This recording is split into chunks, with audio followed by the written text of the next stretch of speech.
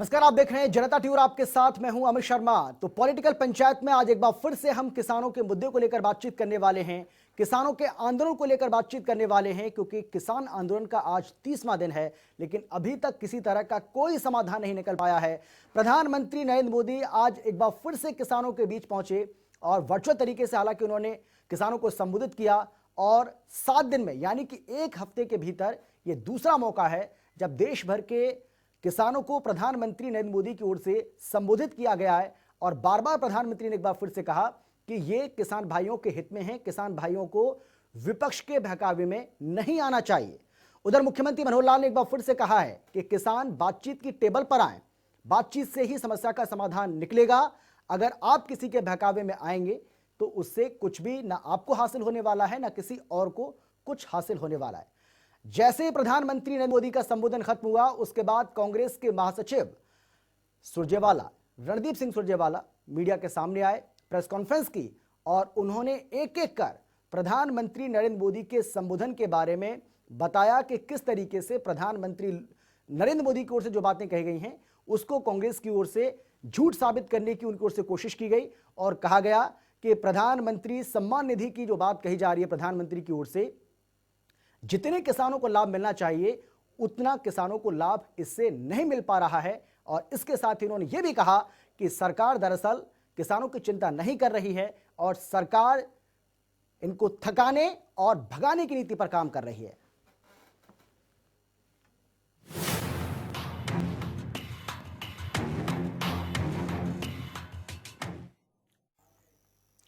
तो प्रधानमंत्री नरेंद्र मोदी ने देश के किसानों को संबोधित करते हुए कहा है कि सरकार हर वक्त किसानों के लिए साथ है, चर्चा के लिए पूरी तरह से तैयार है, लेकिन चर्चा हो क्यों नहीं रही है इसके पीछे विपक्ष है जो लगातार इन्हें बरगला रहा है, बहका रहा है और भ्रमित कर रहा है।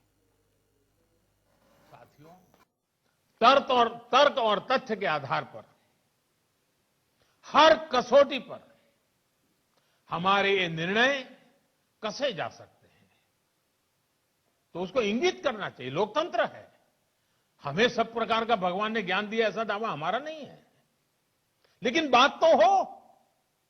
इन बातों के बावजूद भी लोकतंत्र में अटूट आस्था और श्रद्धा होने के कारण, किसानों के प्रति हमारा समर्पण होने के कारण हर समय किसानों के हर मुद्दे पर चर्चा के लिए सरकार तैयार है। मैं देश के गृह मंत्री अमित शाह किसानों को भरोसा दे रहे हैं कि विपक्ष सिर्फ किसानों को बरगला रहा है। पीएम ने साफ कर दिया है और मैं भी किसानों को भरोसा दिलाता हूं कि एमएसपी थी, है और आगे भी रहेगी। मैं आज किसान भाइयों को भर के किसानों को कहना चाहता हूं, विपक्ष के नेताओं के पास कोई मुद्दा नहीं, एक कोरा झूठ फैला रहे हैं कि एमएसपी बंद होने वाली है। प्रधानमंत्री ने स्पष्ट कर दिया है, आज मैं फिर से स्पष्ट करना चाहता हूं किसानों के सामने, एमएसपी थी, है और हमेशा के लिए रहने वाली। और कम से कम ये यूपीए वालों को एमएसपी के लिए बोलने का अधिकार नहीं है। सालों से किसान की मांग थी कि एमएसपी का दर अपना जो खर्च है कृषि उपज का उससे 50% होना चाहिए, 1.5 गुना ज्यादा होना चाहिए। मित्रों, मांग थी या नहीं थी बताओ, थी या नहीं थी? 70 साल तक किसी ने इस मांग को पूरा नहीं किया। नरेंद्र मोदी ने 2014 से 19 के बीच में एमएसपी की लागत, किसान की लागत से एमएसपी का भाव 1.5 गुना कर किसानों को बहुत बड़ी राहत देने का काम। वहीं कृषि मंत्री नरेंद्र तोमर ने एक बार फिर से साफ कर दिया है कि किसानों को आंदोलन छोड़ना चाहिए और बातचीत की टेबल पर आना चाहिए।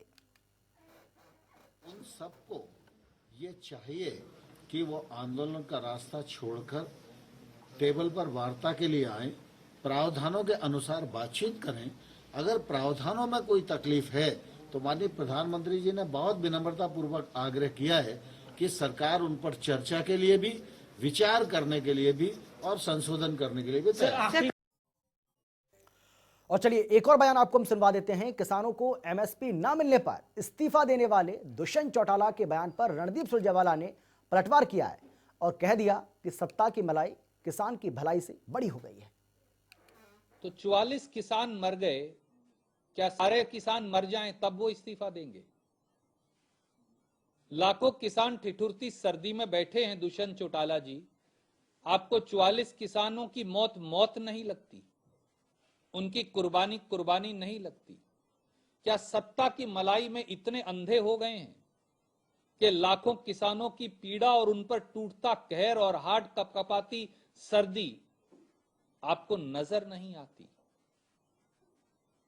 जिस दादा की आप दुहाई देते हैं, आज उनकी आत्मा अवश्य रो रही होगी कि सत्ता की मलाई किसान की भलाई से बड़ी हो गई है। चलिए एक और बयान आपको हम सुनवाते हैं।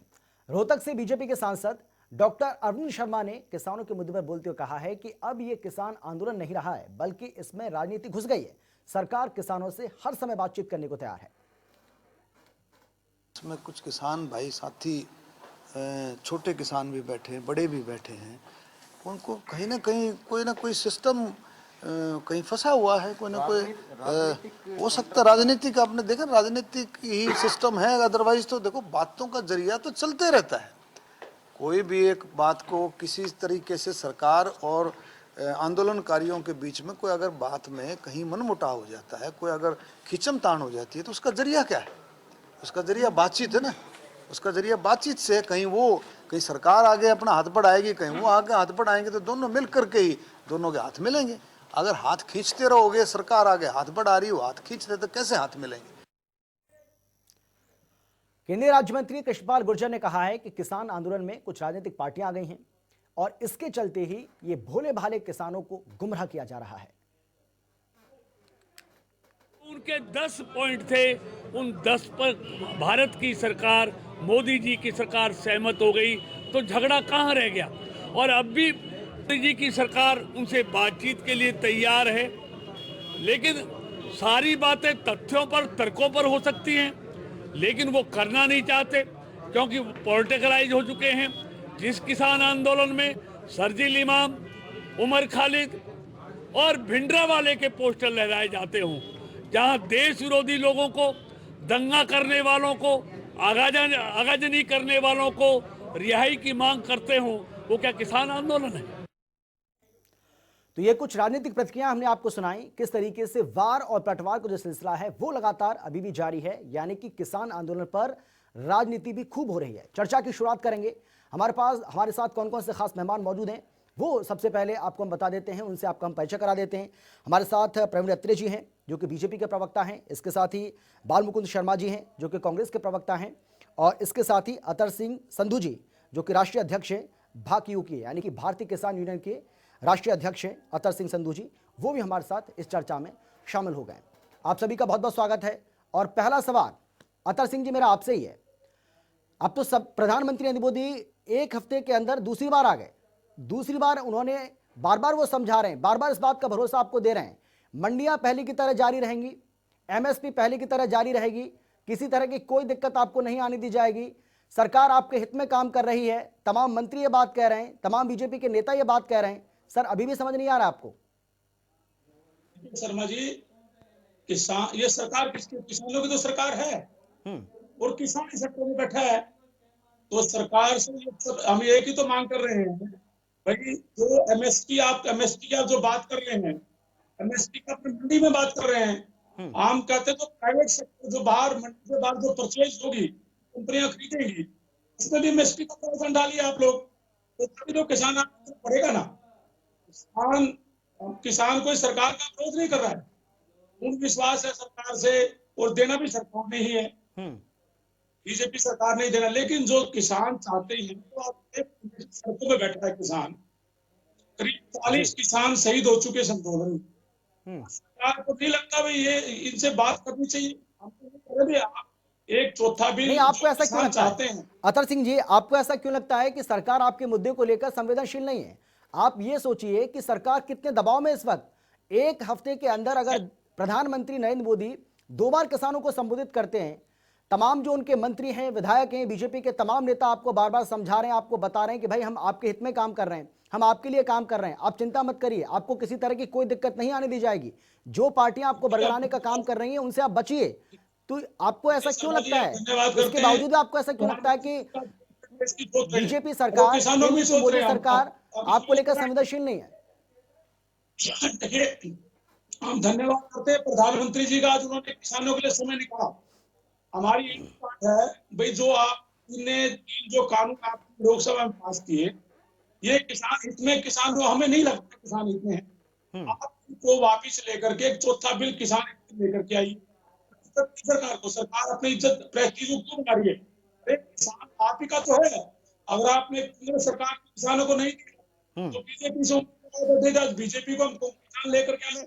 जब सरकार ने वादा किया था, रेवाड़ी की रैली में माननीय प्रधानमंत्री जी ने वादा किया था, अब सरकार बनते ही पहली कलम से स्वामीनाथन के आयोग की रिपोर्ट लागू करूंगा। अरे वो A2 के आधार पर आप लागू करना चाहते हैं, C2 के आधार पर लागू करिए ना। वो तो प्रधानमंत्री कह रहे हैं लोगों ने किए थे। वो बात तो आज एक बार फिर से दोहराई गई, प्रधानमंत्री की ओर से दोहराई गई। वो बात गृह मंत्री अमित शाह की ओर से दोहराई गई कि स्वामीनाथन रिपोर्ट की सिफारिशों को लागू करने का अगर किसी ने काम किया तो हमारी सरकार ने किया। कांग्रेस पार्टी इसको 8 साल तक दबाई थी। 10 साल तक कांग्रेस ने धोखे में रखा किसानों को। स्वामीनाथन आयोग की रिपोर्ट लागू नहीं करी। 6 साल बीजेपी सरकार ने लिंगर ऑन करते जा रहे। सुप्रीम कोर्ट में बीजेपी सरकार ने एफिडेविट दे दिया, हम C2 के आधार पर लागू नहीं कर सकते। आप किस वादे की बात कर रहे हो?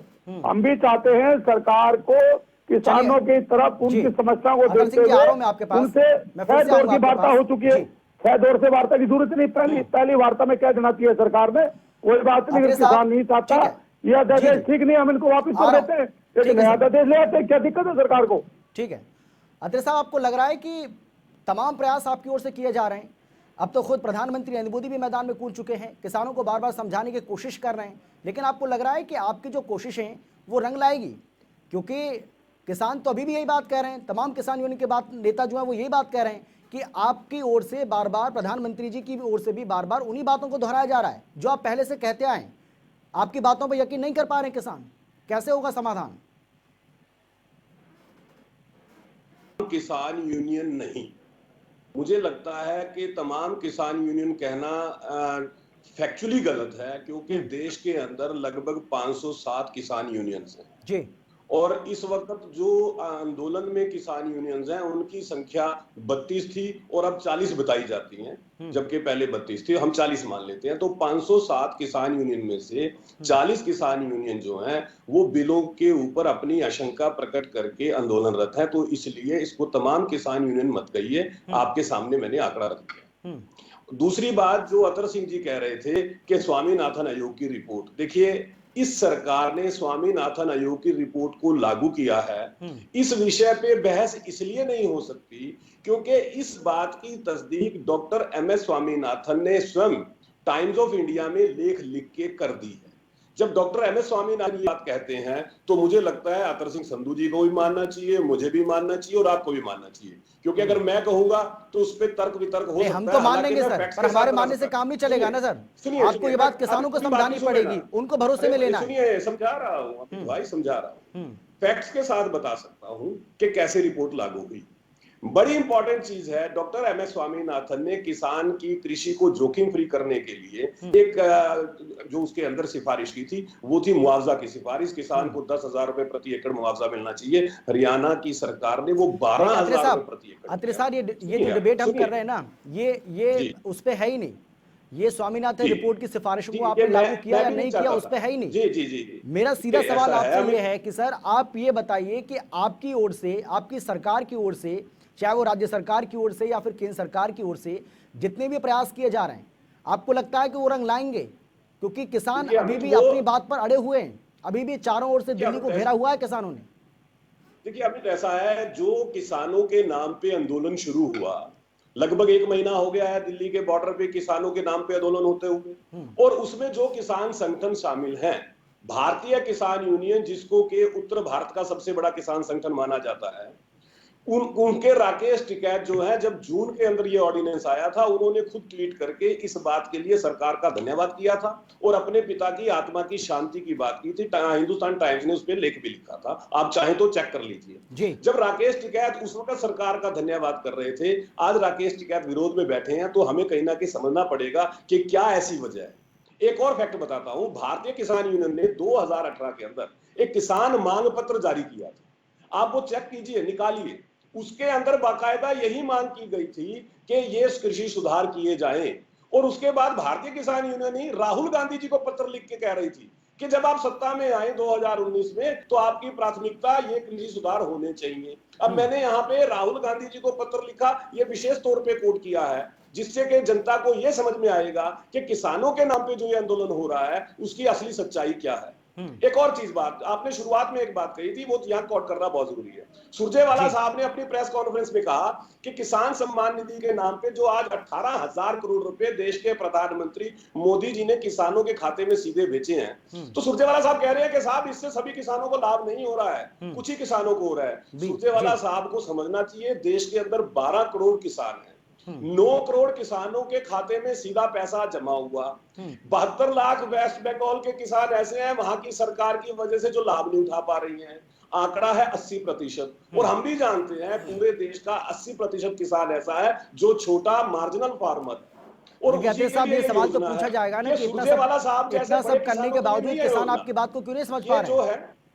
ये सवाल तो मैं वही कह रहा हूँ, ये सवाल तो पूछा जाएगा ना सर, समझना चाहिए कि किसानों के हित में आपकी पार्टी इतने सारे काम कर रही है, फिर उनको ये बात क्यों समझ नहीं आ रही है? किसान के लिए देखिए ऐसा है, उनको इसलिए समझ नहीं आएगी क्योंकि राजनीति से प्रेरित होकर जब कोई व्यक्ति का दृष्टिकोण विरोध का हो जाए और जो किसानों को इस बात के लिए डराए कि साहब इन कानूनों की वजह से आपकी जमीन चली जाएगी। बाल मुकुंद जी, आप डरा रहे हैं किसानों को, आप राजनीति कर रहे हैं, सीधा आरोप लगाया जा रहा है। प्रधानमंत्री नरेंद्र मोदी भी बार बार इस बात को कह रहे हैं कि आप किसानों को डरा रहे हैं, आप उनको गुमराह कर रहे हैं, और यही बात अत्रे साहब कह रहे हैं। क्यों कर रहे हैं आप ऐसा? किसानों के नाम पर आप राजनीति कर रहे हैं? मैं आपको थोड़ा बता दूं, मैं संधू साहब मैं बता दूंगा इनको सर, आप अतर सिंह जी आ रहा हूं मैं आपके पास, आ रहा हूं जी।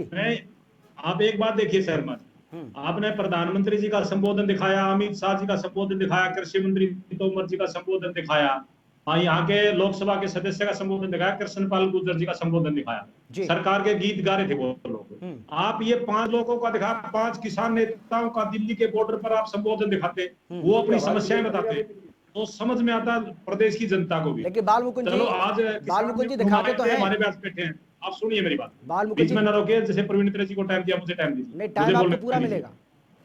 हाँ, हमारे नुमाइंदे बैठे हैं किसानों के यहाँ, हमारा सिर्फ एक मानना रहा है, जब से ये किसान आंदोलन शुरू हो रहा है, सरकार को वहां जाकर के सीरियसनेस में बात करने के लिए कौन व्यक्ति अधिकृत किया सरकार ने?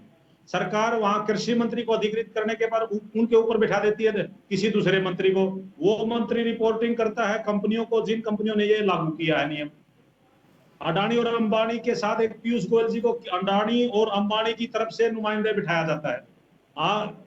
पहली मीटिंग अमित शाह करते हैं, मीटिंग के बीच में उनको जो मीटिंग का टाइम दिया जाता है उससे एक दिन पहले अमित शाह उनको बुला करके धमकाते हैं कि बिल्कुल किसान ये आंदोलन नहीं लिया जाएगा, वापिस नहीं लिया जाएगा, आप जा सकते हैं। ये किस तरीके की प्रवृत्ति है? और मुझे तो दुख होता है, मीडिया लोकतंत्र का चौथा स्तंभ है, मीडिया भी सरकार की छवि चमकाने में लगी हुई है कि सरकार कोशिश करे एमएसपी की गारंटी दे दे। आज किसान मैं ये लिख के देता हूँ आपके चैनल में, मैं कांग्रेस का प्रवक्ता हूँ, मीडिया तो आपको भी दिखा रही ना, आप क्या कहना चाहते हैं? आपका पक्ष, आप अपना पक्ष रख रहे हैं ना जनता टीवी पर, मीडिया को आप दोष क्यों दे रहे हैं? मीडिया तो आपको भी दिखा रही है, आप अपना पक्ष रख रहे हैं कांग्रेस पार्टी की ओर से, यानी कि मीडिया आपको भी मौका दे रही है अपनी बात रखने का। मीडिया कहाँ दोषी हुई? किसान नेताओं का पक्ष, किसी ने सरकार से पूछा है किसानों का पक्ष रख रहे हैं ना?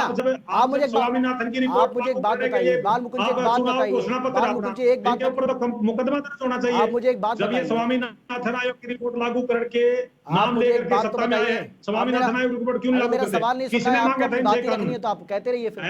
एमएसपी की गारंटी देखे ये कानून बनाए ना चौथा, किसने रोक रखे? आपने क्यों नहीं दी एमएसपी की गारंटी? आपने क्यों नहीं दी? अमित शाह आप 10 साल तक सत्ता में थे, आपने क्यों नहीं दी? केंद्र में राज्य में दोनों जगह आपकी सरकार थी, आपने क्यों नहीं दी? बताइए, ये सवाल आपसे पूछा जाएगा ना, आपने क्यों नहीं दी? आप बताइए, आपने दी गारंटी?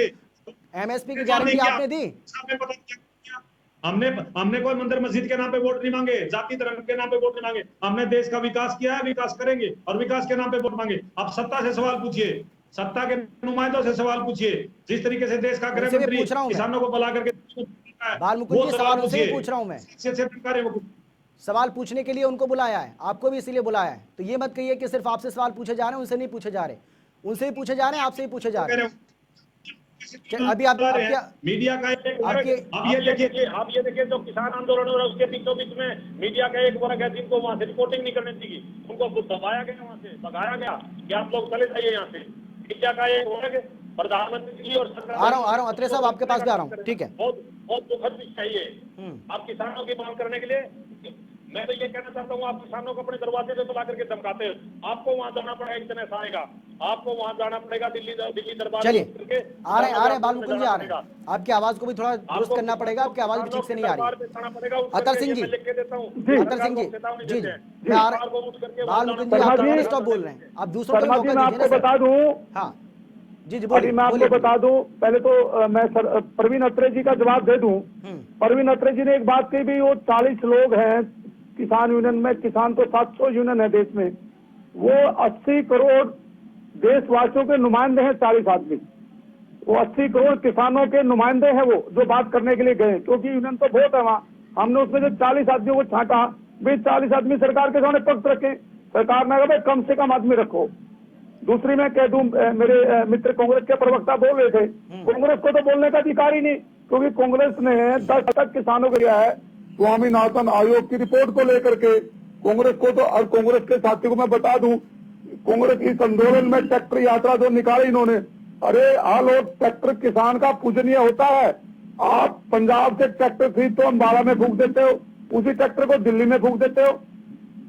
शर्मा जी, राहुल गांधी जी सोफे पे बैठ कर ट्रैक्टर यात्रा निकालते हैं, लोग ट्रैक्टर किसान के लिए पूजनीय है। डूब मरना चाहिए कांग्रेस वालों को, किसान का ट्रैक्टर फूका तुमने, किसान कभी माफ नहीं करेगा आपको। आपने तो ट्रैक्टर फूका किसानों को। मैं बता देता हूँ आपको, आज दिल्ली में जो किसानों के साथ हो रहा है, 40 आदमी शहीद हो गए हमारे। सर, चर्चा हम किसानों को लेकर कर रहे हैं, इसमें कांग्रेस बीजेपी की बात नहीं कर रहे हैं आप। बीजेपी कांग्रेस को। अतर सिंह जी, मेरा सवाल तो सुनिए आप। अतर सिंह जी, मुझे आप एक बात बताइए, किसानों के साथ खड़ी है। आप मुझे एक बात बताइए कि बार बार प्रधानमंत्री की ओर से कहा जा रहा है, कृषि मंत्री ने भी एक बार फिर से इस बात को दोहराया है कि आप बातचीत की टेबल पर आइए, बातचीत की टेबल पर आएंगे तभी समाधान होगा, बात आप करेंगे तभी बात बनेगी, लेकिन बात आप करना नहीं चाहते। नहीं, उधर से चिट्ठी आती है, इधर से चिट्ठी चली जाती है, तो कैसे समाधान निकलेगा? ये जो डेडलॉक बना हुआ है पिछले 30 दिन से, ये डेडलॉक खत्म कैसे होगा? देखिए, हम तो, किसान ने कभी मना नहीं किया, किसान यूनियन ने कभी मना नहीं किया सरकार से बात करने के लिए। सरकार जब से 12 से किसानों को बुला सकती है, लेकिन समाधान की बात करे। वहां क्या होता है, वो कहते हैं भैया देखो कानून तो वापिस नहीं होंगे, अब बाकी बात क्या करें, बाकी बातें हमने कुछ नहीं करनी है आप लोगों से। हम तो सिर्फ एक ही बात चाहते हैं, भाई ये जो कानून लगता है किसानों के हक में नहीं है, आप इसको वापिस लेने में प्रेस्टीज क्या है सरकार का?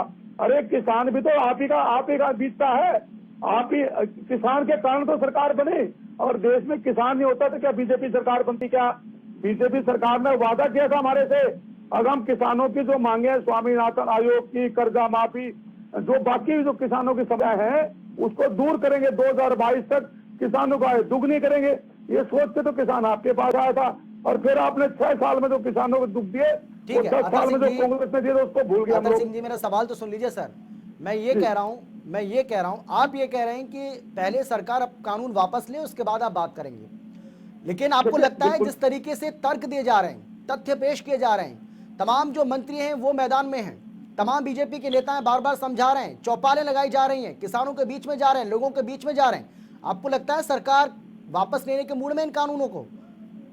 आपको लग रहा है ऐसा? सरकार को सोचना है, ये सरकार। देखिए, अगर दिल्ली में किसान आ चुका है ना, अब तो डू एंड डाई करके जाएगा, सरदार या तो लेके जाए या मर के जाएगा। किसान ने सोच लिया, हमारे 40 किसान शहीद हो चुके हैं, 40,000 शहीद हो गए, हम यहाँ से खाली हाथ नहीं जाएंगे, हम लेकर ही जाएंगे, ये हमारा प्रजातंत्र में अधिकार है मांगना। अतर सिंह जी, आ रहा हूं मैं फिर से आऊंगा आपके पास। सुप्रीम कोर्ट में मेरा एक सीधा सवाल है आपसे सर, मुझे सीधा ही जवाब इसका चाहिए, बिल्कुल घुमाना फिराना नहीं। मैं आपसे ये जानना चाह रहा हूं सर, और मेरे जैसे बहुत सारे ऐसे लोग हैं जिनके मन में यह सवाल चल रहा है। देखिए, सरकार के सामने एक बहुत बड़ी दुविधा है, ये हम भी जान रहे हैं, आप भी जान रहे हैं। आप मुझे ये बताइए, बहुत सारे ऐसे किसान हैं जो आप दावा कर रहे हैं कि इस कानून का समर्थन कर रहे हैं। कुछ ऐसे किसान हैं जो दिल्ली को चारों ओर से घेरा हुआ है, बॉर्डर को उन्होंने, वो दिल्ली में किस तरीके से लोगों को समस्या हो रही है आप भी समझ रहे हैं, हम भी समझ रहे हैं। आप कह रहे हैं कि बहुत सारे किसान इसके समर्थन में, वो कह रहे हैं कि संशोधन भी नहीं चाहिए हमें, जैसे कानून आपने बनाए वैसे कानून आप हमें दे दीजिए। लेकिन बॉर्डर पे जो किसान कह रहे हैं वो कह रहे हैं कि इसको आप खत्म करिए, हमें संशोधन भी मंजूर नहीं है। किसकी सुनेंगे सर आप? यानी कि सरकार भी पशुपेश में, सरकार को भी समझ नहीं आ रहा कि करें तो करें क्या। आप कौन से किसानों को सुनेंगे? आप उन किसानों को सुनेंगे जो आपके समर्थन में, या आप उन किसानों को सुनेंगे जो आपके विरोध में? सीधा जवाब दीजिए सर इसका। ऐसा है, आपका सवाल पहली 2 लाइनों में पूरा हो गया था, बाद का आधा मिनट खराब करने की आवश्यकता नहीं जी। देखिए, बड़ा स्पष्ट है, हम किसी तरह की दुविधा में नहीं है। ये सरकार पूरी तरह से प्रतिबद्ध है, कटिबद्ध है किसान हितों की रक्षा के लिए, किसान हितों की सुरक्षा के लिए। और इसीलिए इस सरकार ने 6 साल के अंदर जितनी किसान हितैषी योजना लेके आई है, आप कांग्रेस का 60 साल का पीरियड निकाल आप कौन से किसान की सुनेंगे? आप उस किसान की सुनेंगे जो आपके समर्थन में, जो आपके विरोध में? इसका जवाब दीजिए सर। जब मैंने आपका सवाल समझ लिया भाई, मैं जवाब दे रहा हूँ, क्यों टाइम खराब करते हो आप? नहीं देखिए, बड़ा सीधा सा है सर, टाइम आप खराब कर रहे हैं, आप गोलमोल घुमा रहे हैं। अरे सुनिए ना भाई जी, बताइए। ये एक चुनी हुई सरकार द्वारा बनाए गए कानून है, नंबर 1। नंबर 2, जिस तरह से अतर सिंह जी बात कर रहे थे, आपने देखा हिंद किसान मजदूर संघ वो कहते थे हम कानूनों के साथ हैं। भारतीय कृषक समाज वो जाता है, धन्यवाद करता है, हम कानूनों के साथ हैं। श्वेतकारी संगठन जाता है, धन्यवाद करता है, हम कानूनों के साथ है। प्रगतिशील किसान संगठन, लेकिन किसान यूनियन तो कह रहा है वो बीजेपी के एजेंट है सर, उनको किसान यूनियन तो बीजेपी का एजेंट बता रहा है। किसान यूनियन के तमाम नेता उसको, किसान यूनियन के नेता उसको बीजेपी के एजेंट बता रहे हैं। अगर वो उन किसानों से बात करेंगे तो वो इनको कांग्रेस के एजेंट बता देंगे, कम्युनिस्टों के एजेंट बता देंगे। ऐसे काम नहीं चलता, दोनों ही किसान है हमारे लिए। लेकिन समझना यहाँ ये जरूरी है कि जिस सरकार ने, जिस संसद ने कानून बनाए हैं, जिन मेंबर पार्लियामेंट ने इनके पक्ष में मत दिया है, वो देश के टोटल पोलिंग वोट का 69% वोट लेके चुने गए हैं। उनको चुना इसलिए है किसानों ने कि हमारे लिए संसद में जाके कानून बनाए, और ये कोई लुका छिपा नहीं है। अतर सिंह जी जो बात कर रहे थे, हमने कहा था कि हम कृषि सुधार करेंगे अतर सिंह जी, इसीलिए 2019 में किसानों ने 2014 के मुकाबले 8% ज्यादा वोट दिया था मोदी जी को, क्योंकि किसान ये कृषि सुधार चाहते थे। और लोकतंत्र में अमित जी बहुमत की सुनी जाती है, और बहुमत कहाँ है ये आप समझ सकते हैं। अत्रे साहब, वोट तो आगे भी दे देंगे आपको, किसान यही तो कह रहे हैं, लेकिन किसान यही तो कह रहे हैं। अगर बहुत सारे किसानों को आप सुनेंगे, जमीन पर आप जाएंगे, उनसे बातचीत करेंगे, वो यही तो कह रहे हैं कि आपको हमने जिताया, आपको हमने खुले मन से, दिल खोलकर हमने वोट दिया। वो इसलिए नहीं दिया था कि आप मनमर्जी करेंगे, आप हमारी बात को नहीं सुनेंगे। वो यही तो कह रहे हैं जो आप कह रहे हैं। अब सुनिए, हाँ, जो बात मैंने भी खुद किसानों से बात की है, अक्सर हम करते भी हैं, चर्चा भी करते हैं। जब किसान आंदोलन शुरू हुआ था, मांगे क्या थी अमित? क्योंकि मैं तो लगातार 1 महीने से चर्चा कर रहा हूँ। मांगे थी कि इससे एमएसपी खत्म ना हो जाए। सरकार ने कहा कोई बात नहीं, आपकी आशंका को दुरुस्त कर देते हैं। किसान उस वक्त ये कहते थे कि हमें लिखित में दीजिए, सरकार ने कहा बिल्कुल देते हैं। आशंका ये प्रकट की साहब मंडियां बंद हो जाएंगी, सरकार ने कहा बिल्कुल ऐसा नहीं होगा, प्रावधान ऐसा नहीं है, लेकिन फिर भी आशंका को खत्म करने के लिए हम लिखित में दे देते हैं। जो चर्चा उस वक्त आशंकाएं प्रकट की किसान संगठन के नेताओं ने, सरकार ने सभी मानी। लेकिन उसके बाद क्या हुआ? राजनीति घुस गई। वो लोग आ गए जो लोग लगातार किसानों को डरा रहे थे, लगातार किसानों को भ्रम में डाल रहे थे। मुझे एक बात बता दीजिए, इस कानून में एमएसपी का क्या मतलब? ये एमएसपी से संबंधित कोई इस कानून से लेना देना नहीं है भाई। कानून है कि कॉन्ट्रैक्ट फार्मिंग, किसान चाहे तो कॉन्ट्रैक्ट फार्मिंग करे, चाहे तो ना करे, उसकी मर्जी है, कोई बाध्य नहीं है। किसान चाहे तो मंडी में उपज बेचे, चाहे तो बाहर उपज बेच ले, किसान बाध्य नहीं है, किसान बाउंड नहीं है। सरकार ये बार बार कह रही है, सरकार ये बार बार कह रही है कि जो चीज आपने बनाई, कानून तो आपने ही बनाए थे, ये आप भी यही करना चाह रहे थे जो बीजेपी ने अभी किया है, जो केंद्र सरकार ने अभी किया है। बस फर्क इतना है कि आप उसको लागू नहीं कर पाए थे क्योंकि आपकी मंशा नहीं थी, और लागू इन्होंने लागू कर दिया। लेकिन आपको दुख इस बात का है, इनका आरोप ये है कि आपको दुख इस बात का है कि मोदी ने क्यों किया। नहीं, आप ये बिल्कुल गलत कोट कर रहे हैं। आप, मैं ये कहता हूँ, जब हमने जो हमारा जो प्रारूप था, मैं आपको ब्रीफ कर देता हूँ। हमारा ये प्रारूप था कि 50 किलोमीटर पे एक मंडी है। आज जो एक सर्वे करता है 50 किलोमीटर पे, तो हमने ये कहा कि हम 30 किलोमीटर में मंडी बनाएंगे, पूरे हिंदुस्तान में 2 लाख मंडियां बनाएंगे। अमित ये झूठ बोल रहे हैं, मैं इसको काउंटर करना चाहूंगा। हाँ, कोई अत्रे साहब समय बचा तो मैं जरूर आपके पास आऊंगा, उनको बात पूरी करनी दीजिए। ठीक है, मैं आ रहा हूँ आपके पास। अत्रे साहब उनको बात तो पूरी करनी दीजिए, वो आपके बीच में नहीं बोले। हाँ ठीक है, ना बोली ना, हाँ ठीक है। बात सुनिए ना जी। हमारा इन्होंने जिस तरह मंडियां खत्म करी है एपीएमसी, हमारा तो इनका नाम बदल करके किसान मंडी करना था, और इसके बाद 2 लाख की संख्या में हर 20 किलोमीटर पर, क्योंकि अब 50 किलोमीटर पर किसान वहां तक जा नहीं सकता, और 20 किलोमीटर पर करके ये, और एमएसपी हमारी पहली लाइन में है। एमएसपी हम लेके आए थे, जो चीज हमने बनी है, जो चीज हमने बनाई है, एमएसपी को हिंदुस्तान भर में लागू करना की जन्नी कांग्रेस है, और हमने एमएसपी को आगे बढ़ाया है। एमएसपी हमारा प्रथम आज भी है और भविष्य में भी रहेगा। झूठ बोल रहे हैं, एमएसपी को आगे बढ़ाना, कैसे आगे बढ़ाना, क्या साहब जवाब लेता हूँ, ठीक है, क्योंकि समय की कमी है। अतर सिंह जी जल्दी से फाइनल कमेंट। हाँ, सरकार ने पिछले साल में उद्योगपतियों के लिए 1.5 लाख करोड़ की सब्सिडी थी 10% की। ठीक है, हमारा ये कहना है कि बिना 10 सेकंड में अपनी बात पूरी की जल्दी से। चलिए, समय की कमी है, बहुत शुक्रिया आपका, लेकिन बड़ा सवाल वही है जो बार बार हम दोहराते हैं कि आखिर ये डेडलॉक खत्म क्यों होगा, खत्म कब होगा? क्योंकि सरकार अपनी बात पर अड़ी हुई है, किसान अपनी बात पर डटे हुए हैं, चिट्ठी पर चिट्ठी एक दूसरे को भेजी जा रही है, लेकिन अभी तक किसी तरह का कोई समाधान नहीं निकला है। 30 दिन आज पूरे हो चुके हैं, समाधान निकलेगा कब, इंतजार हमें भी है और आपको भी। फिलहाल इतना ही, एक छोटे से ब्रेक के बाद जल्द लौट रहे हैं।